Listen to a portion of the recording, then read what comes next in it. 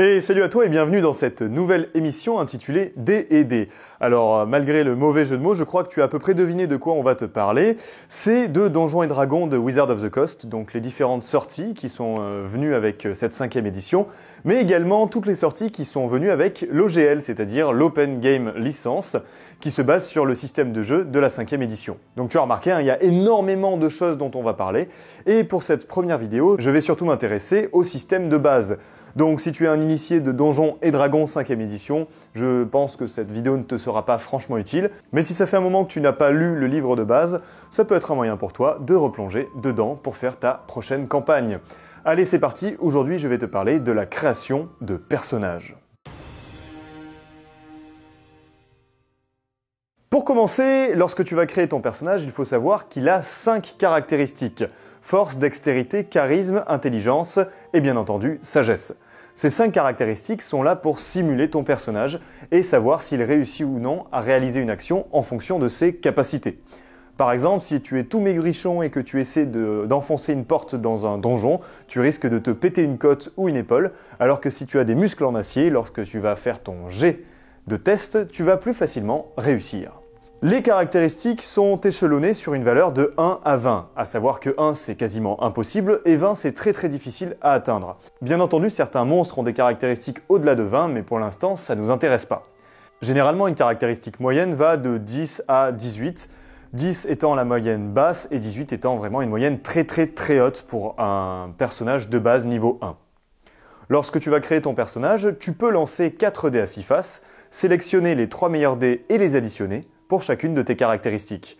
Alors fais attention, peut-être arrange-toi avec ton maître de jeu, car selon la classe que tu vas choisir, certaines valeurs vont devoir avoir un seuil minimum.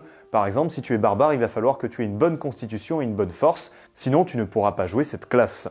Bon, tu me diras, ok, c'est assez facile, mais par exemple, si j'ai envie de tester ma force, qu'est-ce que je fais ?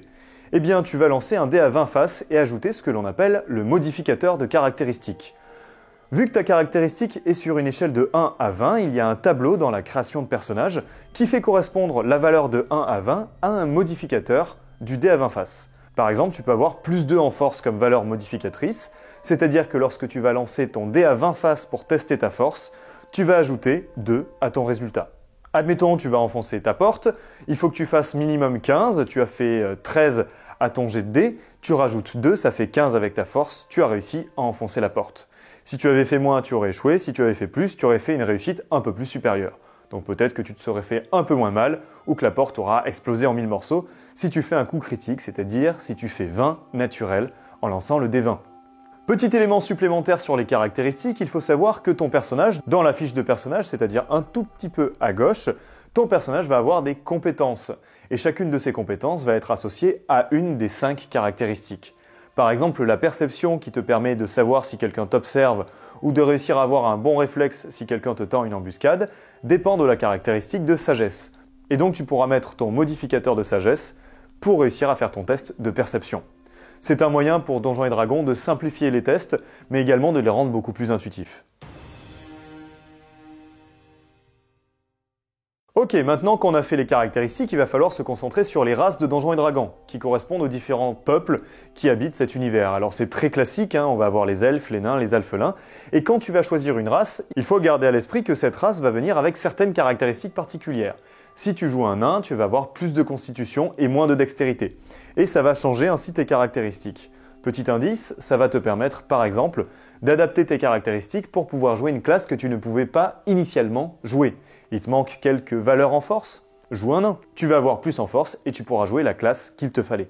Mais aussi, si tu vas jouer un nain, par exemple, tu sais que tu pourras voir dans la nuit, ou tu sais que les alphelins ont une meilleure résistance au poison. Ça vient avec ce que l'on appelle la flavor, c'est-à-dire c'est un mélange entre du gameplay et un peu l'ambiance du jeu. Les alphelins sont plus résistants pour une certaine bonne raison, et ça a des résultats du point de vue du gameplay. Mis à part ces caractéristiques particulières et ces ajustements de caractéristiques, il faut garder aussi à l'esprit qu'il peut y avoir des sous-races de cette race-là, de cette branche particulière, qui correspondent finalement à une précision de cette race-là. Certains alphelins vont vivre vers les eaux, certains alphelins vont vivre avec les êtres humains, et ça va changer, modifier un peu leur manière d'être et de vivre, et il va y avoir donc différentes caractéristiques qui vont changer ainsi. Chaque race va venir également avec ce que l'on appelle un alignement particulier, c'est-à-dire une manière de jouer entre loyal, bon, chaotique et mauvais. Ça va définir si tu es plutôt égoïste, si tu es plutôt altruiste, si tu cherches à aider les autres en fonction des règles, ou si tu es plutôt en mode bordel YOLO, c'est pas grave, on y va, tant qu'il y a un bon résultat, c'est bon. Mais aussi, ça va changer la vitesse de ton personnage. Si tu as un alphelin avec des toutes petites pattes, tu vas avoir une plus grande difficulté à voyager rapidement. Et également, tu vas avoir de plus grandes difficultés à te déplacer lors d'un combat. Venons-en maintenant aux classes. Une fois que tu as choisi ta race, tu vas pouvoir réussir à déterminer quelle classe tu veux jouer. Alors cela va correspondre à différentes volontés de gameplay. Si tu veux jouer un érudit, tu pourras faire des sortilèges. Si tu joues une sorte de forestier, tu seras plutôt le mec en raccord avec la nature, qui va parler avec les animaux. Il y a aussi les roublards qui sont plutôt des assassins et des voleurs. Et bien entendu les combattants qui vont avoir tendance à encaisser des dégâts et pouvoir les renvoyer à leurs ennemis avec des grosses bafasses dans la tronche. Lorsque tu vas choisir ta classe, cela va venir avec un dé de vie. Par exemple, le barbare a un dé 12 de vie. Cela signifie donc que tu vas avoir 12 points de vie au niveau 1 et qu'à chaque niveau, tu vas rajouter 12 points de vie si le MJ est plutôt gentil ou tu vas lancer un dé 12 pour savoir la valeur que tu vas ajouter si le MJ est plutôt méchant.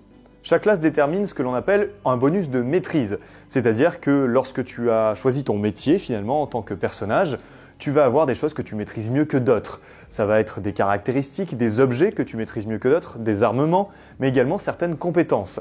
Ce bonus est de +2 lorsque tu commences ton aventure au niveau 1 et va augmenter au fur et à mesure que tu gagnes des niveaux. Ainsi, tu te rends compte que si tu utilises une compétence, une caractéristique, un objet ou même une arme avec laquelle tu as un bonus de maîtrise, tu vas pouvoir ajouter ce bonus de +2 ou etc. selon le niveau que tu as à ton lancer de dés. Donc tu vas avoir une plus grande facilité à réussir ton action. Autre élément qui est vraiment hyper facile et hyper intuitif dans cette 5e édition de Donjons et Dragons, ce sont les packs de départ. Lorsque tu vas choisir une classe, tu vas avoir le choix entre A, B, C packs de départ, c'est-à-dire 3 packs d'équipement qui vont venir avec ton personnage et qui sont décrits par la suite dans l'onglet équipement, dans le chapitre équipement du manuel. Ces packs-là sont là pour te dire, voilà, tu as ça quand tu démarres et tu n'as pas à te poser des questions pour savoir est-ce que je prends 20 mètres, 10 mètres de corde, est-ce que j'ai une potion de vie ou pas. C'est simple, tu le fais avec. Si tu commences Donjons et Dragons, c'est beaucoup plus facile avec ça. Alors là, on en vient également aux éléments qui sont majeurs dans les classes, c'est-à-dire les compétences passives, les capacités actives et les actions bonus. Lorsque tu choisis une classe, tu vas donc avoir certaines règles particulières qui vont venir avec cette classe. Par exemple, des actions supplémentaires en combat, la capacité de lancer des sortilèges pour les magiciens, de soigner leurs alliés pour, par exemple, les prêtres. Lorsque tu vas monter de niveau, tu vas avoir de plus en plus de capacités à pouvoir activer et à certains niveaux, tu vas devoir même faire le choix entre différentes spécialisations qui vont orienter finalement le gameplay de ton personnage. En tant que guerrier, par exemple, tu peux être un guerrier plutôt polyvalent, quelqu'un qui va encaisser des dégâts ou quelqu'un qui va foutre des bonnes grosses baffes et faire des gros dégâts en combat. Si tu as quelques difficultés à te situer au niveau de la progression, il faut savoir que dans chaque onglet de classe, par exemple pour le barbare, le sorcier, etc., il y a un tableau récapitulatif de la progression par niveau, indiquant ainsi combien de bonus de maîtrise tu vas gagner à chaque niveau. Enfin, c'est généralement un niveau sur 2, un niveau sur 3.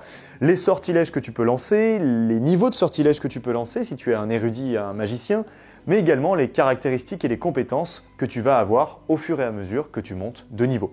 Donc tout est là pour te simplifier la vie, mais rappelle-toi, le MJ est ton meilleur ami, il va pouvoir t'expliquer les choses si tu as du mal. Une fois que tu as choisi donc ta classe et ta race, tu vas pouvoir également choisir ce que l'on appelle un historique. Et c'est quelque chose qui a été ajouté avec la 5e édition de Donjons et Dragons et qui te permet encore plus de spécialiser ton personnage. Il faut savoir qu'avant de partir à l'aventure, ton personnage a eu une vie. Et cet historique-là est là justement pour synthétiser, simuler la vie que ton personnage a eue auparavant. Alors c'est vraiment un passage passionnant parce qu'il y a énormément d'historiques disponibles. Tu as pu être un mercenaire, un ancien alchimiste, un ancien, forgeron, et tout cela va te donner également des capacités spéciales dans le gameplay. Tu as donc des bonus de maîtrise supplémentaires. Par exemple, si tu as été, un roublard, peut-être que si tu es un guerrier, maintenant, tu as quand même la maîtrise des outils de roublard et tu peux crocheter des serrures. Tu as également, par exemple, des bonus dans les compétences, c'est-à-dire que tu vas pouvoir cocher une compétence supplémentaire en fonction de ton historique. Admettons, j'ai été un érudit, mais j'ai vécu dans la forêt avant. Eh bien, j'ai des connaissances en survie que je n'avais pas en tant qu'érudit. Mon historique complète finalement ma fiche de personnage. Autre élément un peu drôle, c'est que tu peux également lancer des dés pour savoir un peu l'objectif de ton personnage, un peu ce qu'il a vécu, en fonction de chaque historique. Ils se sont amusés à faire des petits tableaux et tu lances les dés pour savoir un peu comment ça évolue. C'est assez marrant, bon, même si c'est, je trouve, un peu gadget.